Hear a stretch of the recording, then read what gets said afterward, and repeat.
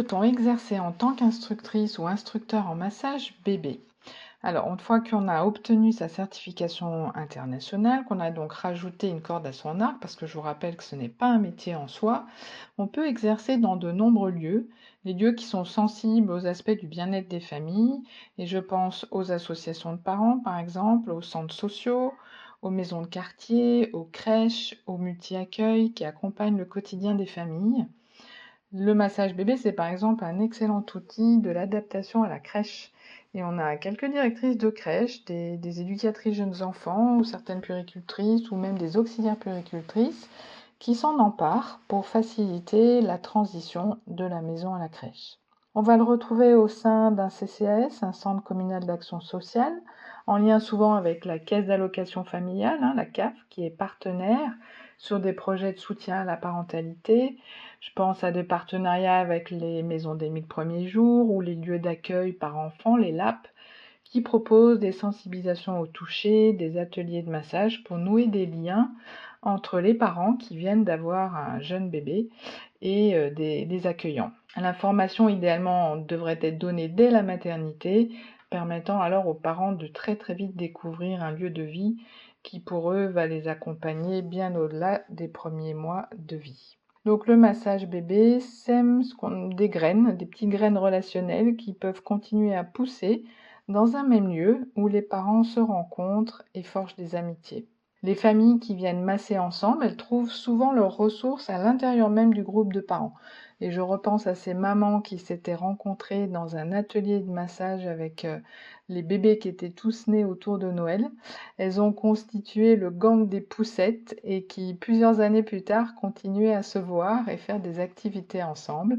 Et l'une d'elles est même devenue instructrice. Dans les lieux où on accompagne les premières années, plus sur l'axe prévention, je dirais, sur le plan médico-social, on va retrouver des ateliers dans les PMI, donc les protections maternelles infantiles, dans les CAMS, les centres d'action médico-sociale précoce, car notre programme s'adapte aussi bien aux bébés à besoins spécifiques qu'aux enfants porteurs de handicap jusqu'à leurs 7 ans.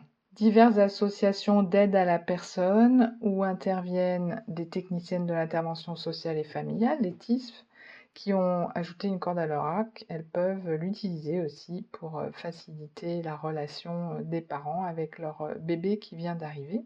On a des instructrices qui s'occupent, alors c'est plus spécifique, mais des hospitalisations à domicile et qui transmettent aux parents un outil qui leur fait du bien. Et souvent, les parents leur disent, dans ces moments-là, je ne le vois plus comme un malade, mais vraiment comme un enfant. Nous avons formé aussi des professions libérales qui, œuvrant de leur cabinet auprès de familles, font un pas de côté et peuvent proposer en complément d'un suivi médical, sans s'y substituer bien sûr, des ateliers par enfant. Ce sont des psychologues, des psychomotriciens, des infirmières, des puéricultrices, des sages-femmes, des auxiliaires en puériculture, des massokinésithérapeutes et même des orthophonistes pour qui cela a pris sens de proposer le massage aux parents. On est toujours dans une logique de prévention, de bien-être et d'accompagnement des familles dans ces périodes de vulnérabilité. Certaines instructrices, instructeurs sont plus tournés vers le bien-être ou sont en reconversion.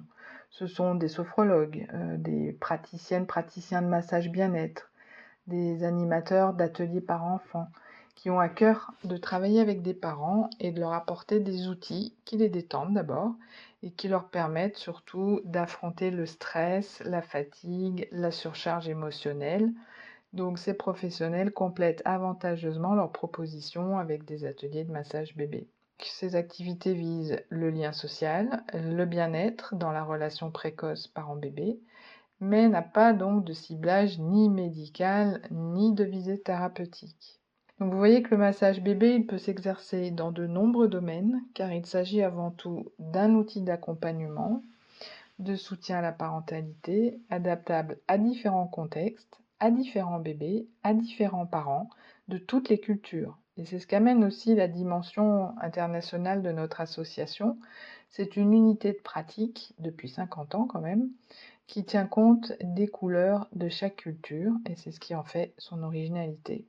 Plus il y a de personnes qui se sentent touchées par la cause des bébés et des parents et le massage comme outil du lien, plus on ouvre ensemble des portes dans les domaines de la santé, du médico-social, du social, du bien-être et dans votre domaine à vous. Et on vous attend. Merci pour votre écoute.